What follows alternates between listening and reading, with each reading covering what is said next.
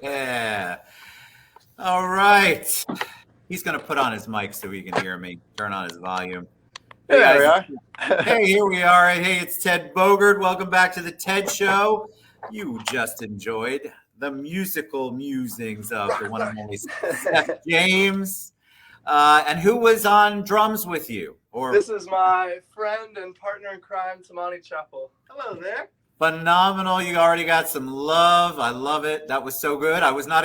That's the first time I've ever done the show where we started with music. And really? I might have to do that next time because I kind of liked it. Kind of hop energy up. You know? So much good energy. I feel like I need a nice cold daiquiri somewhere and I'm having a good time. Yes. Thanks, buddy. All right. So Seth. Yes. You know they love Origin Story. First of all, welcome Seth James to the show. Big shout out to Danielle and Hutch Down Records and all of the good stuff that's going on there. Seth has come back. He is a talented musician, talented artist, and welcome back to the show, Seth. How are you today? Hey, it's just a pleasure to be here. I really appreciate it. Just getting to be in this space, do this with you again. It's just always great so to much see fun. you. So tell us a little bit about you. For those people who didn't tune in before, tell us about Seth James. Give us kind of a 411 on your background. They love to know if you sang in front of the mirror. They love to know if you always knew you wanted to do music. So give them a little info on you. Okay, sweet. We are out here in Blue Ash. This is where good majority of the magic happens. Been slowly building out the studio space for about 3 years now, and a lot of that just includes slowly collecting all my musical equipment that I've garnered over 2 decades and slowly just dragging it over here. I started songwriting when I was 17, fresh out of high school, and since then we've developed Hutch Down into becoming a brand. We're building out a website, application to go along with it. As I said, I go to NKU. I study electronic media and broadcasting. And when I went in, I had a very biased side to audio engineering, audio mixing, and that kind of stuff. But as I've gone through my courses, I've kind of just learned a huge appreciation for just entertainment as a whole and how digital content drives that. And yeah, it's just been really great learning all the things that I've learned, meeting all the people that I met along the way. And I'm just so grateful to even be here. So and I'm thankful you're here too. And again, shout out to Danielle for helping set this up. Tell me a little bit more about starting songwriting at 17. I feel like at 17. Sorry, I have to get kind of close. I don't know why it's like so quiet. No, you're good. You're good. At So yeah, 17, songwriting tell us about 17. started in my senior year of high school, and I drew a lot of my inspiration from just kind of the emotions that I was feeling at that time, and finding a way to outlet that into songwriting. And that's carried over all the genres and things that I've worked on. Everything about the music that I make is all about just really sharing a feeling and a connection with the audience, and bringing about some of those things from them too. So is every song that you write, is it autobiographical? Is this something you've experienced?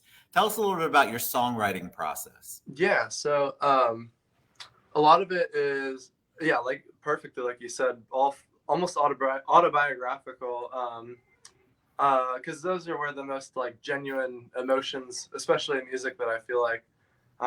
So like that's the best way to just be able to connect. And yeah, just really writing from the heart, writing from true experiences, and yeah. When you perform, I like to ask artists this. When you perform, do you get emotional when a song brings you back to that moment or to that experience when you're Oh, performing it? absolutely. All the time, even just in rehearsing. I'll be singing through songs that I've done in the past, and it takes me back to the pen and the pad of paper that I was writing on, the smell of the room that I was in. And through production, like I really just want to build like an audio scene for whoever listens to it, that they just are completely immersed in a different universe, because that's something that music has offered to me for my entire life. So it's like great being able to share that both on the lyrical aspect and then also on the production, and just building up like a really illustrative and like imaginative sound is really the big component of it also. So how would you describe your music? Are you universal? Is there a particular genre that you think your music falls into? Sure. I listen to all kinds of music, and I've grown up on all kinds of music. So it's really hard to put it into one category. I've been trying to go a little bit more down a commercial route, and uh, more dancey, kind of getting people moving type of music. But my music, just like how I listen to it, is all over the place, comes from all different inspirations, all different areas, aspects, that kind of thing. So And tell me a little bit, and I think that's important to share that with the audience, because the audience always wants to know where is it coming from? What are you doing? What are you thinking? How are you feeling? And I always I tell the audience, anybody who asks, you don't want to pigeonhole an artist into a particular genre. You want oh, absolutely. to give them an opportunity to be the creative that they are. Talk about post-COVID, what you've done to continue your brand, to build stuff up, to perform. What's that been like? Sure, we've Tamani and I actually have a show coming up this Friday. If any of our viewers are in Cincinnati, it's at the Thompson House. We just did one at the Mad Frog, also in Cincinnati. So just like we were before, slowly building out in our own city locally, and then just branching out, seeing what else is out there. We have some dates coming up, expected for some touring around, and yeah, just getting back into the normalcy of performing. I've done a lot of like altered performances and that kind of thing. Even did like there was a whole event we did, and it like kind of crumbled down. Like there were some technical difficulties along the way, so there's a lot less of that in real person. So I'm a little more comfortable with that. But over this, like the learning curve of having to adapt with performing virtually has been a definite learning experience for me, which has been good too. Well, I think it broadens your audience reach. Oh, I absolutely. feel like interesting thing about COVID, I think a lot of you who are performers, obviously connecting with the audience is such a big deal. And when that was taken away from you, you had to figure out a way to connect with them differently. And Oh, it just absolutely. expanded your whole universe and your ability to connect. Any means possible, almost. So tell me about 2022. I can't believe I have to say that out loud. Oh my gosh. You're making some changes. I read your bio. I posted your bio. Tell them a little bit about that. Sure. The changes, I think a lot come from we're going from turning Hutch Down into a sonic group, and building that into a full artist development brand. Not only just recording mixes for people, but how do we market that person also? How do we combine all those things together and put it into a virtual platform? That's kind of that other aspect that we've been working on with Hutch Down too. So kind of connecting the audience to the performer and what means we can do that with. Which I think is so important. A lot of the management companies, the music management companies, will send me artists to have on the show, and I feel like the majority of them are cutting their teeth on the show. It's Sure. the first time they performed live on a live show. They're not used to not being on a stage. But I love that because there's some kind of there's a rawness to that I think allows them to. People do like to see the human side. And so I feel like when you're doing a live show like this and we're trying to capture your essence on this little teeny platform we have going on, it's so important that you figure out a way to connect with the audience in a different way. So tell me about what you're going to perform next, because I know you have a second song, and I know we have a little bit of setup for this. So take it away. Tell me. Yeah, I'll just switch over to my audio box over here. I'm going to run a track. This is Situationships. Tamani and I put this one together. This has been very, very long time coming. Lots of changes and little edits and all that kind of jazz and stuff, but we're just excited to oh, sorry. Wait. No, you do. You're good. You're good. Okay. But yeah, so this is Situationships. This is about finding out that someone's not really in it for the means that you thought they were. People have ulterior motives and interests, and just kind of like coming to terms with that. So I love it. All right, I'm going to take myself off, not because you're bad, but because you're amazing. And we're going to let you perform, my friend. Here we go. Sweet. I'll just toss this mic up one more time. We are rocking and rolling.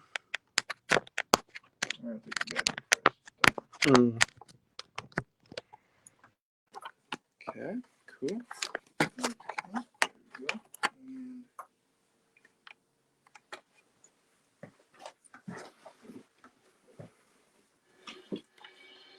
I'm not. Okay, so you ready? Yeah. So just want to make sure it was coming through. Okay, here we go. 3, 2. I've had a couple situationships in the past, yeah.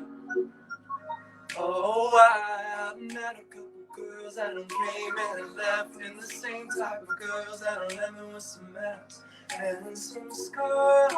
Should've known I shouldn't even bother. Every time you holler, it's about $1 'cause that's the only thing you talk about, the only thing you run your mouth about. I'm tired. These girls, they don't give a damn about me. Tired of all these bodies all around me. They just all got their hands out for some money. Cause I'm tired of this girl. You don't want nothing from me but a situationship. Cause you all about the money. I'm tired of these situationships and lies. I'm tired of these situationships. Cause all of these girls and they wanna use me. They turn around and act like it's a new scene. Of these situationships and the lies. I'm tired of these situationships. Cause all of these girls and they wanna use me. They turn around and act like it's a new scene. I've met a couple situationships in the past, yeah. Yeah, I don't stumble down. I done fell off, I done fell so deep that I'm in the rocks. I'm actually below the rocks, I'm living in hell. I don't even know if I can inhale. Call a doctor, I need Jay. Somebody tell him that I'm out here and I'm on my way. Tell the scoop that I need some other potion. Cause these Hollywood girls got me out here on the ocean. I'm tired of this situation shit and the life. I'm tired of this situation shit.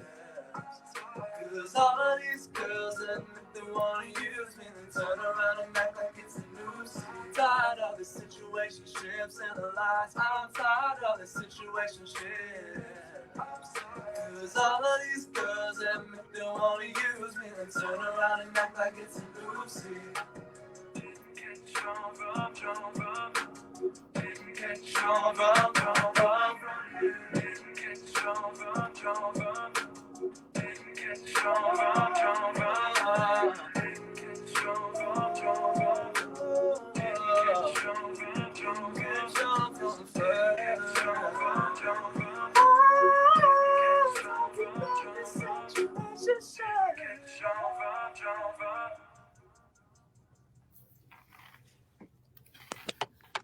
Oh my God. All right. So a couple of things about that song. I text a friend of mine in the middle of it because this person actually uses that word when she is describing certain, we describe it. People No in way. situation ships. So when I took You're myself joking. off, I immediately text that person. I think that's such a great way to describe some of the relationships or situationships that we're all in. It is a situation. There's always some kind of something going on, but I love how you captured that. I love how you got into it. First of all, I love your voice. So let me say that out loud so you don't get off here thinking, oh my God, he didn't say anything.